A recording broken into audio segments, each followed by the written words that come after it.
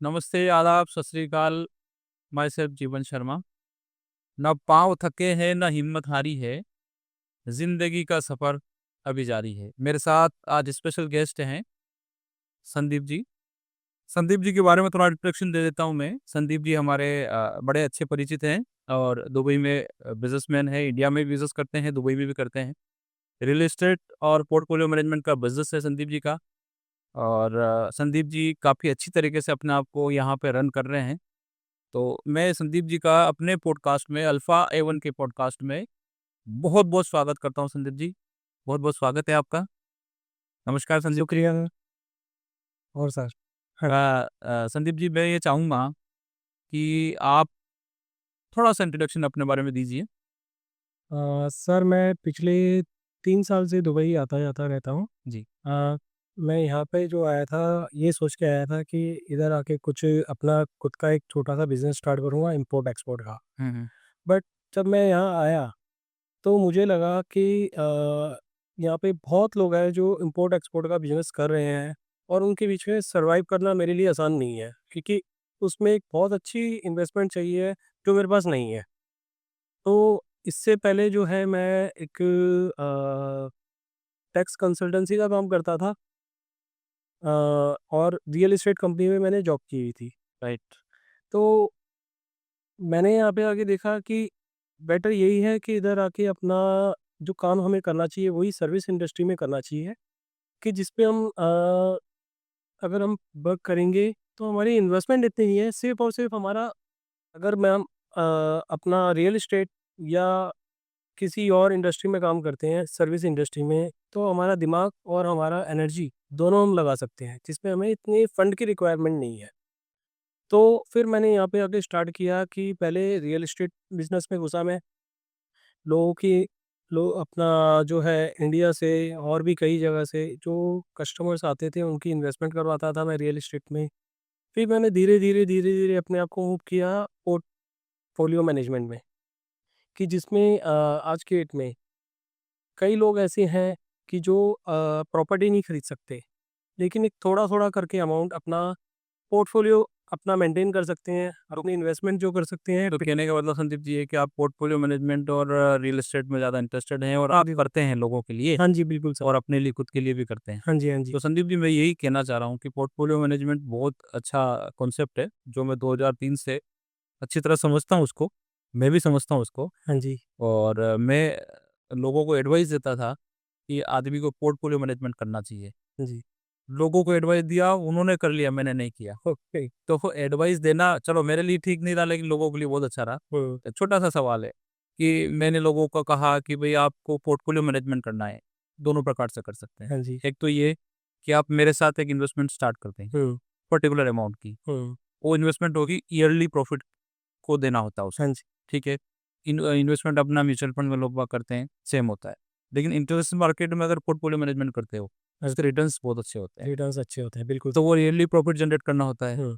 तो मैं ये चाहूँगा संदीप जी जैसे अपन बैंक अपना पर म्यूचुअल फंड जो है बेसिकली एक लॉन्ग टर्म इन्वेस्टमेंट है। जी, जी, तो अगर म्यूचुअल फंड पे हम इन्वेस्ट करते हैं तो हमें कम से कम 7 से 10 साल का ब्रेकअप चाहिए। राइट, अगर हम लॉन्ग टर्म इन्वेस्टमेंट नहीं करेंगे तो हमारी रिटर्न्स अच्छी नहीं आएगी। राइट, और जो आप स्टॉक के अंदर ट्रेडिंग करने की बात कर रहे हैं, एक्चुअल में म्यूचुअल फंड भी काम वही करता है, कि हम म्यूचुअल फंड में पैसा इन्वेस्ट करते हैं और म्यूचुअल फंड हमारे बिहाफ पे मार्केट में इन्वेस्ट करता है, राइट, जो हमें उसका अच्छी रिटर्न्स देता है। एनुअली 15 से लेके 25% के आसपास रिटर्न्स देता है, लेकिन वो लॉन्ग टर्म इन्वेस्टमेंट है। ओके, तो मेरे हिसाब से जो हमें इन्वेस्ट करना चाहिए, वो हमें स्टॉक के अंदर डायरेक्टली इन्वेस्ट करना चाहिए। जैसे यहाँ पे बहुत सारे पोर्टफोलियो मैनेजमेंट कंपनीज़ है, जो ब्रोकर्स हैं, जो ये काम करते हैं। हमें बेटर रहता है कि हमें खुद से अपना एक सफिशिएंट अमाउंट उनके ऊपर इन्वेस्ट करके, जिस पे वीकली ऑलमोस्ट वीकली कह सकते हो या आप मंथली कह सकते हो। मंथली उस पे ऑलमोस्ट 25 से 30% की रिटर्न आती है, जो किसी भी इन्वेस्टमेंट में नहीं आती। नहीं आती है। संदीप जी एक बहुत बड़ा सवाल है, आपके लिए, मेरे लिए और दुनिया के हर उस इंसान के लिए जो पैदा होके पृथ्वी पे आ गया। हाँ जी। लेकिन जो जो इस भोग को नहीं भोगना चाहता और ब्रह्मांड से अलग रहता है तो उसकी बात अलग है। बाकी एक बड़ा शब्द है बचत। हाँ जी। तो बचत अपना सबसे बड़ा दोस्त ये ऐसे हो सकता है, तो उसके बारे में बताइए आप। सर बचत करेंगे, अगर हमने अच्छी बचत की हो, तो जैसे आज पूरी दुनिया ये वर्ल्ड वार के बीच में पिस रही है। हाँ, अभी जो ईरान ने इज़राइल के साथ या इज़राइल ने ईरान के साथ जो कर रहे हैं, उसमें क्या है कि दुबई में रहने वाले लोग भी परेशान हो रहे हैं। जो इंडियंस हमारे कई कंट्रीज़ में जो जाके सेटल हो रखे हैं, चाहे वो जॉब कर रहे हो, चाहे बिज़नेस कर रहे हो, चाहे वो एज़ अ टूरिस्ट गए हो। अगर उनके पास इन्वेस्टमेंट होगी, कुछ बचत की होगी उन्होंने, तो वो अपने ऊपर कभी भी ये आने वाला टाइम जैसा अभी टाइम चल रहा है, इस टाइम को वो अच्छे से सर्वाइव कर सकते हैं। राइट। उनको मुझे नहीं लगता कि किसी तरह की परिस्थिति का उनसे परेशानी होगी उनको।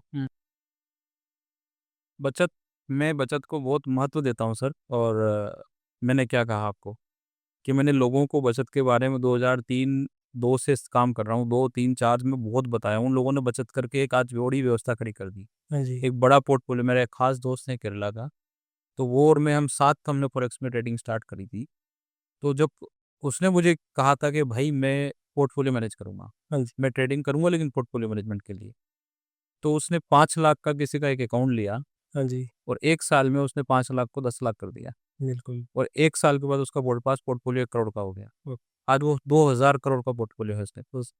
तो पोर्टफोलियो में इतना जादू है, बचत में वो जादू है कि हम उसको बहुत अच्छी तरीके से आगे ले जा सकते हैं। बिल्कुल सर, ले एक जाते। छोटा सा एग्जांपल है कि जब क्राइसिस लाइफ में आते हैं, हमारी लाइफ में क्राइसिस आए, तो एक छोटा सा इन्वेस्टमेंट होता था मेरे घर पे मेरी वाइफ की तरफ से, छोटा सा, कि भाई मुझे 1 महीने में ज़्यादा कुछ नहीं तो आप एक बिस्किट दिलाओ सोने का। हाँ जी। तो सोने का बिस्किट छोटा-छोटा होता था। जब हमारे जीवन में क्राइसिस आया, तो छोटा-छोटा बिस्किट भी 80 लाख रुपए का हो गया उस ज़माने में। बिल्कुल सर। तो बचत कितना इम्पोर्टेंट होती है और कितना आपकी मुसीबत में आपका अगर कोई दोस्त है सर संदीप जी, तो बचत है। बिल्कुल सर। सब हैं, सब हैं। हुँ। कहने को सब हैं, लेकिन आपकी बचत ही आपका दोस्त है। बिल्कुल सर। तो मैं आपके इस एपिसोड में आपके थ्रू, आपके माध्यम से मैं संदेश देना चाहता हूँ सबको कि छोटा बचत करें। मैं अगर 10,000 रुपए महीना कमाता हूँ, तो मैं कोशिश करूँ कि 1,000 रुपए बचाऊँ। बिल्कुल सर, इतना अगर मैं 10 लाख कमाता हूँ, तो मुझे 1 लाख बचाना ही चाहिए। और उस बचत को आप परफेक्ट पोर्टफोलियो के साथ, सोच समझ के अच्छी कंपनी, अच्छी व्यवस्थाओं के साथ इन्वेस्ट करें। उसके आपको ड्रॉडाउन देखने पड़ेंगे, आप उसको लॉस एंड प्रॉफिट देखने पड़ेंगे, हाँ जी। आपकी कैलकुलेटिव रिस्क कितनी है वो देखना पड़ेगा। देखिए, बचत का मतलब ये नहीं कि आप एफडी करा के छोड़ दो। बिल्कुल। बचत का मतलब ये है कि आपको सिस्टम के साथ जुड़ना पड़ेगा और सिस्टम के साथ जुड़ेंगे तो लॉन्ग टर्म प्लानिंग जो आप म्यूचुअल फंड में करते हैं, अगर ऐसी ही प्लानिंग आप पोर्टफोलियो मैनेजमेंट में करते हैं इंटरनेशनल लेवल पे, बिल्कुल तो सर। आपको बहुत बड़ा बेनिफिट है। बिल्कुल सर। तो बचत का रोल बहुत बड़ा है हुँ। और बचत पे मैं बड़ा अब ज़्यादा सहमत हूँ। अब ये लगता है कि बचत ही सब कुछ है, हाँ जी। बाकी तो सब खर्चा हो जाता है। तो रियल एस्टेट आप दुबई का कैसा देखते हैं? दुबई का रियल एस्टेट बहुत बढ़िया है। यहाँ पे रेंटल इनकम्स बहुत अच्छी है। जैसे हमारे इंडिया के अंदर है प्रॉपर्टी, उस पे रेज़िडेंशियल प्रॉपर्टीज़ पे 2 से 3% का रेंट आता है। यहाँ पे वही 7 से 8% का रेंट आता है उस पे। तो प्रॉपर्टी का प्राइस वही है, बट रेंटल इनकम का आरओआई बहुत अच्छा है। आरओई। और जो दुबई में मिलता है ये कहीं नहीं मिल सकता। Right, right. और जैसे-जैसे डेवलपमेंट यहाँ हो रही है दुबई के अंदर, अ, दुनिया भर से टूरिस्ट यहाँ पे घूमने आते हैं। रहने के लिए प्रॉपर्टियाँ चाहिए सबको। अब कई लोग हैं एयरबीएनबी ट्राई ट्राई करते हैं कि वहीं पे जाके शिफ्ट हो फैमिली के साथ, जिनको अपनी प्राइवेसी चाहिए। अपना किचन ऑफ चाहिए, अपना खुद का आने-जाने में कोई प्रॉब्लम ना हो।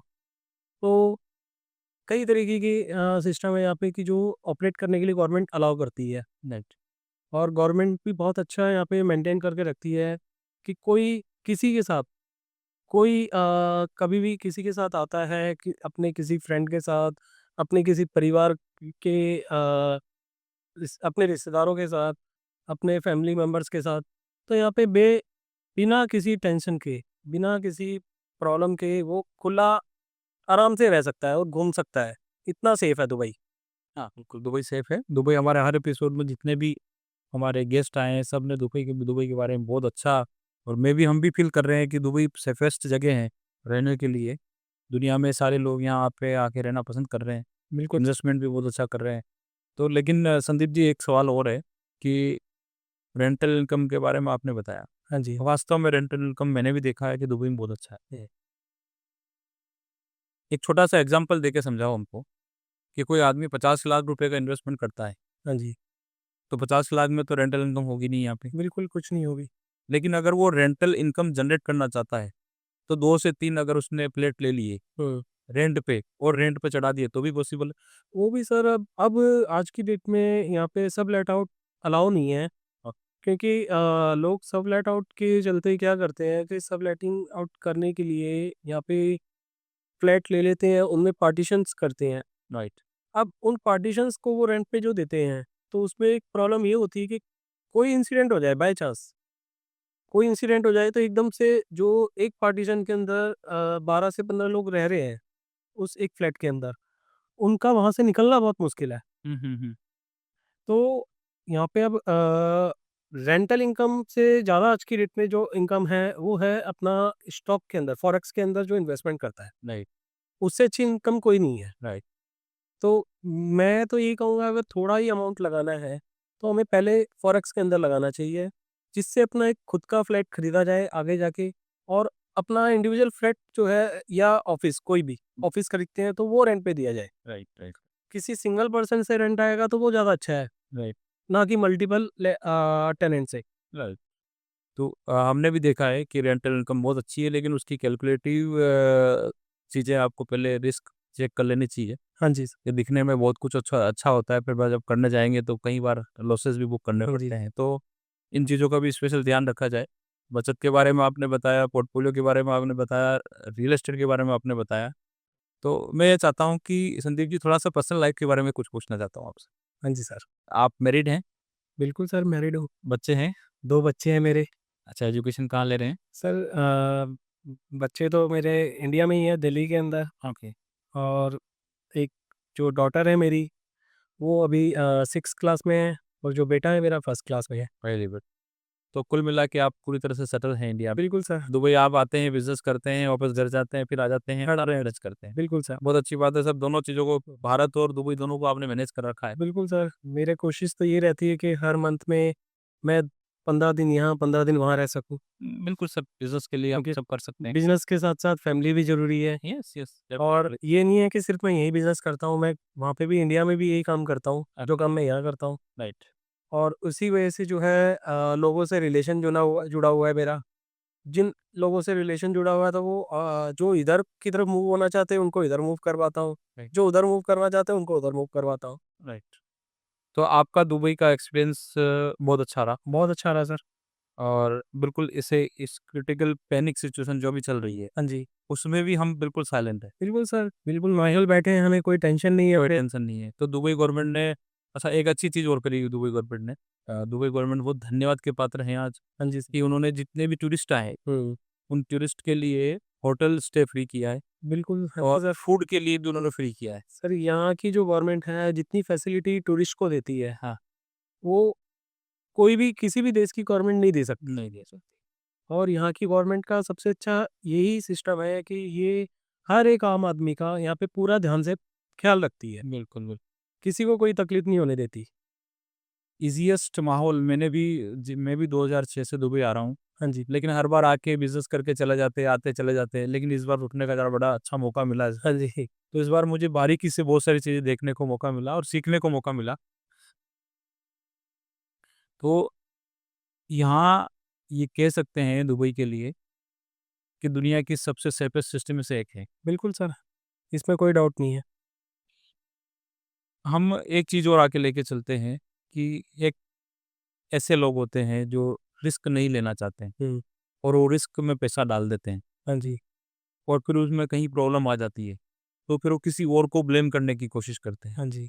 तो मेरा यही इंटेंशन है आपसे या पब्लिक से कहने का कि भई, जो कोई भी चीज़ काम करना चाहते हैं पहले अच्छी तरह समझें बिल्कुल सर। और फिर काम करें। हुँ।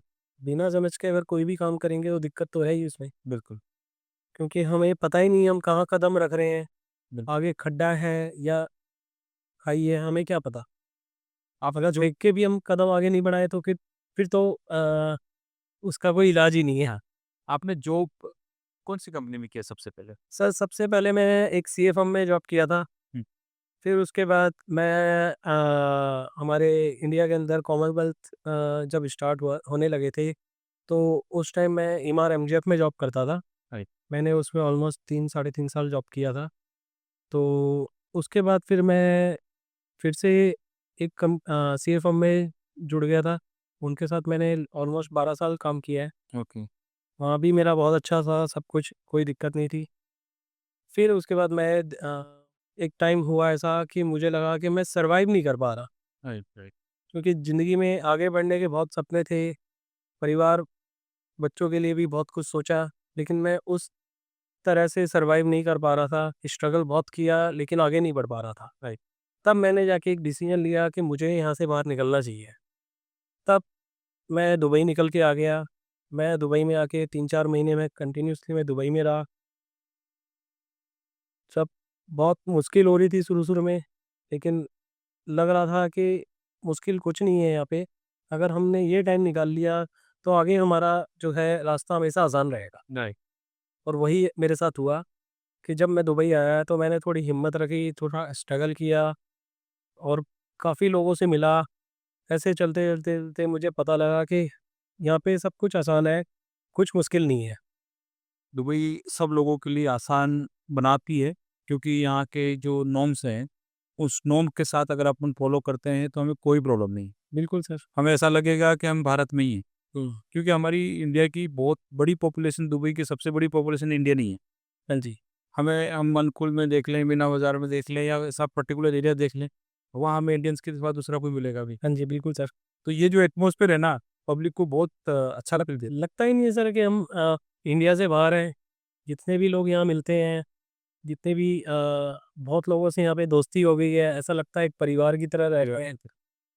मैं मेरा हर एपिसोड का एक सवाल होता है सबके लिए कि भई ये सब दुनियादारी अपनी जगह है, भौतिकवाद अपनी जगह है, हाँ जी, लेकिन बच्चों को अच्छी शिक्षा के साथ अच्छे संस्कार बहुत ज़रूरी है। बिल्कुल सर। तो क्या कहना चाहेंगे आप यंग जनरेशन के लिए?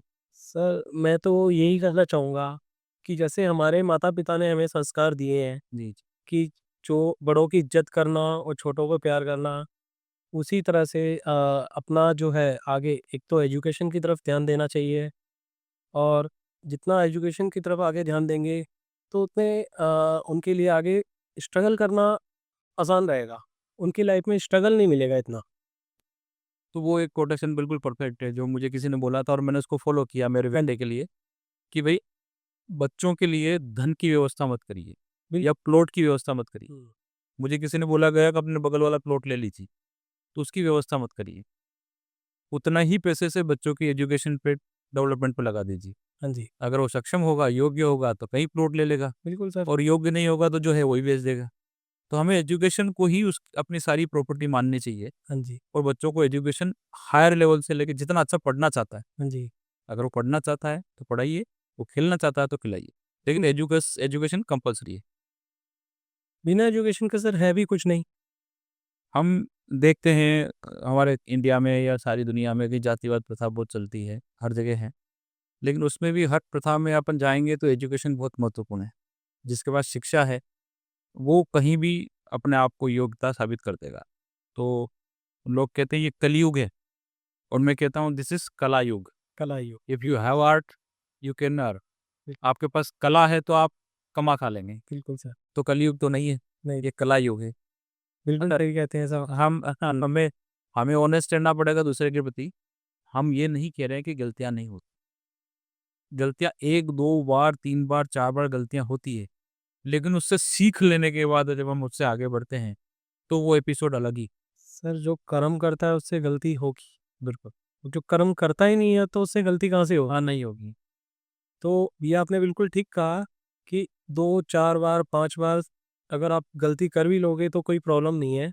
लेकिन अपना रास्ता मत भूलिए। रास्ता मत भूलिए, जड़ को मत भूलिए। हाँ जी, बिल्कुल। संदीप जी, अ, आज के एपिसोड में मज़ा भी बहुत आ रहा है कि हम बहुत नॉर्मल और फॉर्मल बात कर रहे हैं हाँ जी। और ऐसी ही फॉर्मल बात हमें करना पसंद है। तो बाकी आप फ्यूचर क्या देखते हैं अपना दुबई में? फ्यूचर सर यही देखते हैं कि जो यहाँ रहने का, एजुकेशन का और इनकम के जो यहाँ पे जितने सोर्स है, ये इतने सोर्स हमारे इंडिया में भी है, लेकिन इंडिया में थोड़ा क्राइम ज़्यादा है, जिसके चलते हम सेफ नहीं लगते। अगर हमारे इंडिया की गवर्नमेंट भी इनको देख के थोड़ा-सा अगर सिस्टम ठीक कर दे, तो बहुत अच्छा हो जाएगा सर। वहाँ से कोई निकलना ही नहीं चाहेगा और यही एक वजह है कि जो यहाँ आने के बाद वापस जाना ही नहीं चाहता। अच्छा, मैं एक और बहुत अच्छा टॉपिक मिला मुझे आपको, आप कंसल्टेंट सीए रहे हैं, तो मैं ये कहना चाह रहा हूँ कि जैसे टैक्स वाला जो मेथड है, हाँ जी। यहाँ की गवर्नमेंट ने 5% टैक्स बना रखा है, जी, तो लोग बहुत कंफर्टेबल हैं। बिल्कुल। ईज़ी गोइंग 5% टैक्स दे देते हैं, कंफर्टेबल है। हम किसी भी गवर्नमेंट के लिए ऑथराइज़ तो है नहीं, लेकिन हम अपनी इंडियन गवर्नमेंट को ये कह सकते हैं, एडवाइस दे सकते हैं, कह भी नहीं सकते। हाँ जी। हम एज़ अ नागरिक इंडिया, हम ये एडवाइस दे सकते हैं कि हमारी गवर्नमेंट भी अगर फ्लैट 10% टैक्स कर देता है, हुँ, तो अभी 3 साढ़े 3 करोड़ लोग टैक्स दे रहे हैं। बिल्कुल, लेकिन जब फ्लैट 10% टैक्स कर देंगे, तो मेरे हिसाब से कम 40 से 50 करोड़ लोग टैक्स देना स्टार्ट कर देंगे। बिल्कुल तो कितना बड़ा डेवलपमेंट होगा, इस पे क्या कहते हैं आप? बहुत बड़ा डेवलपमेंट होगा सर अगर हर आदमी टैक्स देना चाहेगा, अगर देता है, तो उससे हमारे गवर्नमेंट के पास अच्छा रेवेन्यू आएगा, बिग जिससे कि डेवलपमेंट और बढ़ेगी। डेवलपमेंट बढ़ेगा। रोड बनेंगे,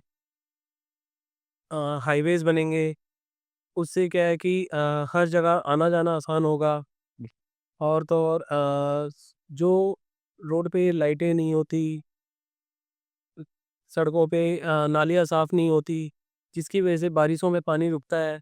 ये सारी चीज़ें कब कई चीज़ों में गवर्नमेंट हमारी सपोर्ट करेगी हुँ, हुँ। और ये इसके लिए पहल हमें ही करनी पड़ेगी। बिल्कुल, शुरुआत हमें ही करनी पड़ेगी। तो हम तो रिक्वेस्ट ही कर सकते हैं, हाँ जी, हमारे पॉडकास्ट से। आपसे भी रिक्वेस्ट कर सकते हैं, गवर्नमेंट से रिक्वेस्ट कर सकते हैं कि हमारी जो एडवाइस है, अगर आपको पसंद आए, तो इस एडवाइस को आप काम में लीजिए और आगे उस पे इम्प्लीमेंट कीजिए। और बाकी आपके पास बड़े-बड़े लीडर्स हैं, देखने वाले लोग हैं, आप चेक करवाइए। और हमने काफ़ी देखा इसके बारे में कि अगर ये 10% फ्लैट होता है, तो वो आम मिडिल क्लास लोग भी टैक्स देने को तैयार हैं। बिल्कुल सर, हाँ जी। तो फिर कितना बड़ा डेवलपमेंट होगा। बहुत बड़ा और हम डेवलपमेंट भी चाहते हैं बीइंग ए इंडियन, हम यही चाहते हैं हमारा देश बहुत आगे बढ़े हाँ जी, और बड़े विकसित देशों में सबसे पहले आगे नंबर 1 पे खड़ा रहे। बिल्कुल सबसे पहले आए। आज हमारी कर्म भूमि भले ही दुबई है, हुँ, हम दुबई के लिए भी दिल से धन्यवाद देते हैं हाँ जी, और हमें इतना सँभाल के रखा है दुबई ने, उसके लिए बहुत यहाँ के किंग का, सब लोगों का बहुत थैंक यू। जी, बिकॉज़ इतना कंफर्टेबल फ़ील किसी कंट्री ने नहीं करवाया है। नहीं करवाया सर। क्योंकि आज इधर पता लग रहा है कि आज वहाँ ब्लास्ट हुआ है, वहाँ मिसाइल गिरा है, वहाँ गिरा है, लेकिन हमारे स्वास्थ्य पे कोई फ़र्क नहीं पड़ा। हम वैसे कैसे दिख रहे हैं, अभी पॉडकास्ट कर रहे हैं, घूम रहे हैं, जा रहे हैं, आ रहे हैं, तो इतना कंफर्टेबल और कोई नहीं करवा पाया। तो संदीप जी, बहुत-बहुत धन्यवाद आपका, हमारे एपिसोड में आप आए, आपने हमारा इम्पोर्टेंट टाइम हमें दिया, आपका इम्पोर्टेंट टाइम हमें दिया और हमारी चर्चाओं में आप शामिल रहे। हम आपने बचत के बारे में, रियल एस्टेट के बारे में और पोर्टफोलियो के बारे में बताया। प्लस दुबई की एटमॉस्फेयर कैसा होना चाहिए वो बताया। तो पब्लिक को यही चाहिए इनिशियली कि कुछ चीज़ें बताई जाए जिससे कोई एक आदमी भी इस चीज़ को सीख लेगा तो हमारा एपिसोड का काम पूरा हो जाएगा। बिल्कुल सर, तो इसी एपिसोड में एक छोटी-सी चीज़ और कि हम हमारे एपिसोड में हर बार पेरेंट्स को हम बहुत धन्यवाद देते हैं और पेरेंट्स की वजह से हम जहाँ खड़े हैं वो पेरेंट्स की वजह से ही हैं। तो माता-पिता को सबको माता-पिता की खूब इज़्ज़त करनी चाहिए। हमारे पहले गुरु, पहले भगवान सब कुछ माता-पिता ही हैं। माता-पिता ही है। सेकंड नंबर पे सब लोग आते हैं। हाँ जी, तो एक अच्छा परिवार, एक अच्छी पत्नी और एक अच्छा बेटा, बिल्कुल। सब चाहते हैं। हाँ जी, लेकिन कोई ये नहीं चाहता है कि इसके लिए मैं वैसा करूँ। हुँ, तो शुरुआत आपसे होनी चाहिए।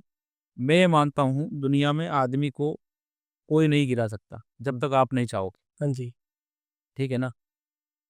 तो जब तक आप नहीं चाहोगे आपको कोई नहीं गिरा पाएगा। बिल हम सोचते हैं कई बार उसने मेरा बुरा कर दिया, उसने मुझे भला कर दिया, उसने मेरा अच्छा कर दिया, कुछ अच्छा ना कुछ बुरा नहीं है।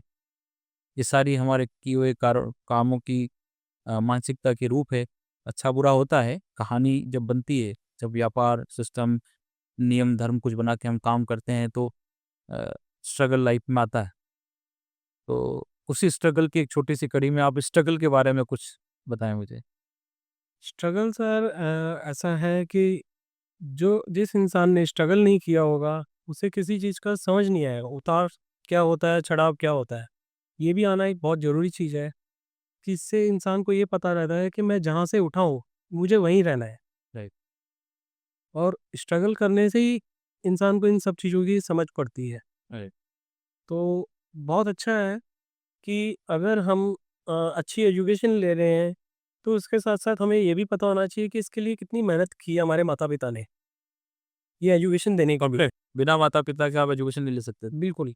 बिल्कुल। तो जो हमारे माता-पिता ने हमारे लिए किया है, तो आगे आने वाले हमारे बच्चों को भी यही सोचना चाहिए कि माता-पिता के साथ-साथ जो भी हमारे गुरु रहे हैं, हमें सबकी इज़्ज़त करनी चाहिए। बट क्योंकि जो भी इंसान आगे बढ़ता है या जो भी शिक्षा ले रहा है, वो उसे शिक्षा देने वाले या तो उसके गुरु हैं या उसके माता-पिता हैं। बिल- बिल- अगर वो उनके समझ से भी नहीं चलता, तो फिर उसके लिए बहुत मुश्किल है। बहुत मुश्किल।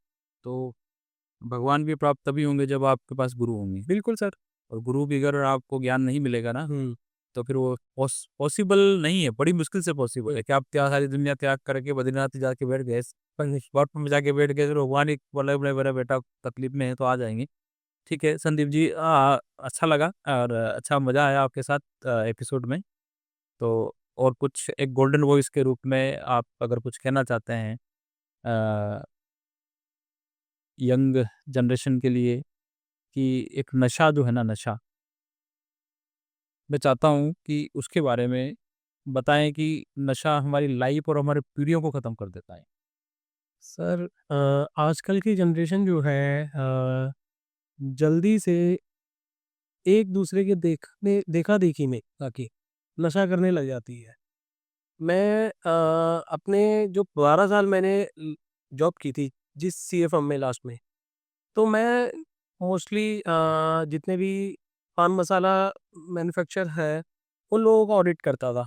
राइट। उनका पहले मैं वैट का ऑडिट करता था, उनकी वैट की रिटर्न्स वगैरह फाइल करता था, उसके बाद मैं जीएसटी का ऑडिट करता था। तो मैं उन फैक्ट्रीज़ में भी जाता था, लेकिन कभी मैंने देखते हुए भी कि गुटखा बन रहा है, तम्बाकू बन रहा है, लेकिन मैंने उसे कभी मुँह पे डाल के नहीं देखा। राइट। क्योंकि जिस चीज़ की स्मेल इतनी ज़्यादा हमारा माइंड में चढ़े आती है, तो वो खा के क्या होगा?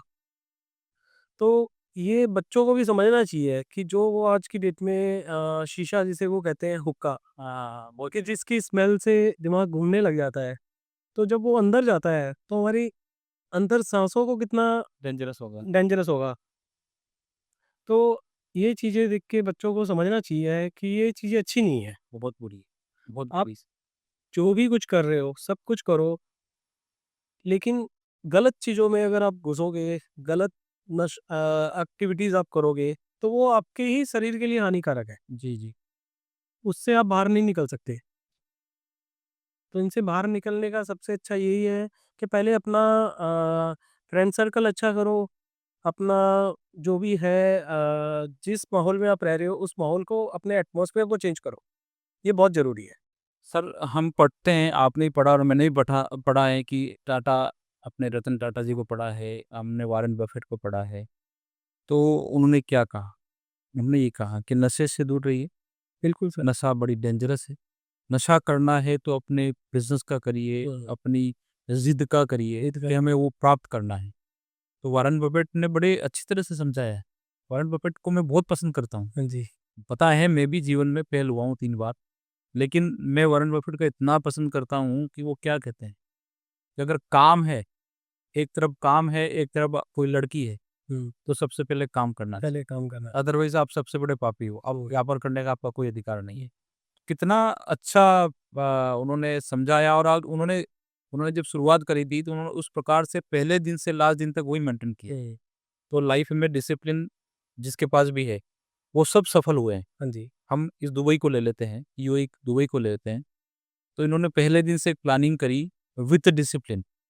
आप देख लिए इतिहास के पन्नों में दुबई है। इतिहास के पन्नों में हाँ जी। आप एक कार पार्किंग कर रहे हैं, उसमें भी आपको पता है ये जो कार पार्किंग का एरिया है, ये लाइन है। इसको क्रॉस नहीं करना है, क्रॉस नहीं करना है। करते ही आपको फाइन लगेगा, तो आप बड़ी समझदारी से उस ऐसा ही यहाँ पे डिस्प्ले करते हैं। प्ले करते तो वो देख के कितना खुश होता हूँ, और मैं ये भी चाहता हूँ कि मेरा देश भी इस प्रकार के डिसिप्लिन में आए डिसिप्लिन और इतना डेवलपमेंट हो। तो हम हमारी गवर्नमेंट से एक और चीज करना चाहेंगे कि जो डिसिप्लिन यहाँ दुबई गवर्नमेंट ने, चलो हमारे वहाँ 150 करोड़ लोग हैं, हाँ जी। लेकिन अगर हम एक छोटे से गांव से ये डिसिप्लिन चालू करवाएं, हुँ। फिर वो डिस्ट्रिक्ट में आए, फिर वो स्टेट में आए, तो हम भी बहुत आगे बढ़ सकते बिल्कुल सर, हमारे देश का नक्शा ही बिल्कुल बदल जाएगा, हैं। बिल्कुल बदल जाएगा। क्योंकि जब गाड़ी एक लेन में चलेगी, बिल्कुल, एक सिस्टम से चलेगी, बिल्कुल, तो एक्सीडेंट होने के चांस भी कम रहेंगे, बहुत कम, ट्रैफिक कम होगा। बिल्कुल, तो ये चीज़ें बहुत ज़रूरी है। आपने बिल्कुल ठीक कहा कि एक हमें छोटे से गाँव से शुरू करना चाहिए, बिल्कुल। जिससे वो पूरे धीरे-धीरे करके पूरे एक डिस्ट्रिक्ट से आए और पूरे देश में फैले। हमारे गाँव में सर, देखिए मैं भी एक किसान का बेटा हूँ, आप भी समझते होंगे कि जो किसान होते हैं, वो कितनी तकलीफ़ों से गुज़रते हैं सर। आप देख लीजिए, अगर फसल बोते हैं और फसल बोने के बाद पानी ढंग से नहीं बरसा, ज़्यादा बरस गया हाँ जी। तो भी प्रॉब्लम, और ढंग से नहीं बरसा तो भी प्रॉब्लम। तो बेचारा वो किसान पूरे 4 महीने का हिसाब-किताब लगा के बैठता है कि मेरे ये अगर 2 कुंटल सोयाबीन मैं बो रहा हूँ, हुँ। तो मेरे को 4 महीने के बाद उस 2 कुंटल से हमारे पास 50 कुंटल आएगी। उसमें इतना काम वाले को दे दूँगा, इतना इसको दूँगा, इतना इसके घर में बचत में काम आएगा या राशन में काम आएगा, कुछ बचेगा तो मैं मेरा आगे फ्यूचर में बच्चे पैदा हो रहे हैं, इनके एजुकेशन में काम आएगा। बिल्कुल सर। पता लगता है कि वो पूरी फसल चौपट हो जाती है, हुँ। कुछ नहीं मिलता है। जो एनवायरनमेंट चल रहा है आजकल, अ, जो पारंपरिक जो फसल अपन बो रहे हैं, उसको नहीं बो के हुँ। हम जैसे हमने तुलसी के पौधे के बारे में बताया था, तुलसी का पौधा इतना इम्पोर्टेंट है, उसको बोने के बाद उसका ऑयल निकाला जाता है और वो एक्सपोर्ट होता है, हुँ। ठीक है? ऐसे कई सफ़ेद मूसली, ऐसे कई चीज़ें हैं, जिसको किसान बोए तो बहुत बड़ा डेवलपमेंट हो सकता है। हाँ जी। तो मेरी हार्दिक इच्छा है फ्यूचर में जब भी भगवान मुझे योग्य करेगा, तो मैं भारतीय किसानों के लिए शुरुआत मेरे इस डिस्ट्रिक्ट से करूँगा, प्रतापगढ़ से मैं, हाँ जी। और आगे बढ़ूँगा। लेकिन मैं किसान के लिए कुछ, मेरी इच्छा है, राम जी कहाँ तक ले जाए मुझे पता नहीं है, लेकिन मेरी इच्छा है मैं किसान के लिए करना चाहता हूँ। शुरुआत मेरे घर से, प्रतापगढ़ से करना चाहता हूँ। मेरे डिस्ट्रिक्ट से शुरुआत करूँगा और धीरे-धीरे आगे बढ़ूँगा। ऐसी मेरी विल है, मेरी इच्छा है कि ईश्वर मेरी इच्छा को पूरा करेंगे। अभी बहुत सारी लायबिलिटीज़ है, बहुत सारी चीज़ें हैं, बहुत सारी व्यवस्था हैं, उनको दूर करेंगे, आगे करेंगे, आपका सहयोग मिलता रहेगा। इस चीज़ में सर मैं भी भगवान से पूरी तरह से दे दिल से अपने तहे दिल से प्रार्थना करूँगा कि आपकी ये इच्छा पूरी हो। बिल्कुल, थैंक यू वेरी मच। तो संदीप जी, बहुत मज़ा आया आपके साथ एपिसोड में। हाँ जी। बहुत अच्छा लगा। एक इतना फॉर्मल, जैसे हम सालों से मिले हैं या सालों साथ रहते हैं, ऐसा फॉर्मल एपिसोड हुआ है, और हमारे एपिसोड को हमारे दर्शक भी बहुत पसंद करेंगे। इसके रिव्यू भी मैं आपको दूँगा, बहुत मज़ा आएगा लोगों को। बहुत-बहुत धन्यवाद आपको हमारे एपिसोड में आए और आपने अपना कीमती समय निकाला। और हम एक किताब लिखी है संदीप जी हमने, डिकोड स्टॉक मार्केट। तो ये किताब मैंने 2023 में लिखी थी, तो ये किताब मैं आपको देना चाहूँगा। धन्यवाद सर। मैडम इसका एक फ़ोटो ले लीजिए, Okay. आपके मोबाइल से ले लीजिए। Oh, my mobile validity would be very low. Okay, Like you can take this orange orange one. Orange. orange.